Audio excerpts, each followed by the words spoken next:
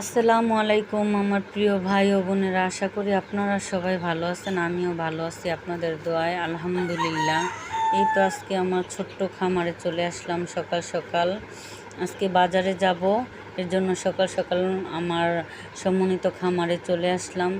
আজকে আমার 50 পিস মুরগি বিক্রয় করতে নিয়ে যাব, তাদেরকে খাঁচাতে ভরতে সকাল সকাল খামারে চলে আসলাম।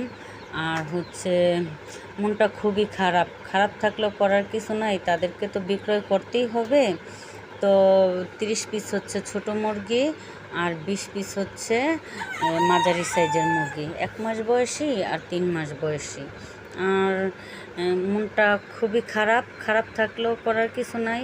আজকে আবার একটা খুশির খবর আছে, আমার লালি সকাল সকাল 18 পিস বাচ্চা নিয়ে বের হয়েছে।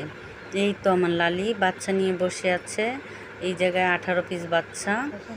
আর আরও 4 পিস মুরগি আমি কোচে বসাইছি।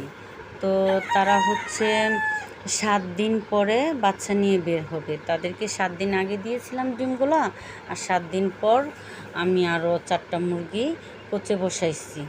তো এই খাঁচাতে মুরগিগুলা ভরে নিয়েছি, সবগুলা মুরগি। এই তো মাঝারি সাইজের মুরগিগুলা খাঁচাতে ভরে নিয়েছি, আর ছোট সাইজের মুরগিগুলো আমি ফলের ক্রেটে ভরে নিয়েছি।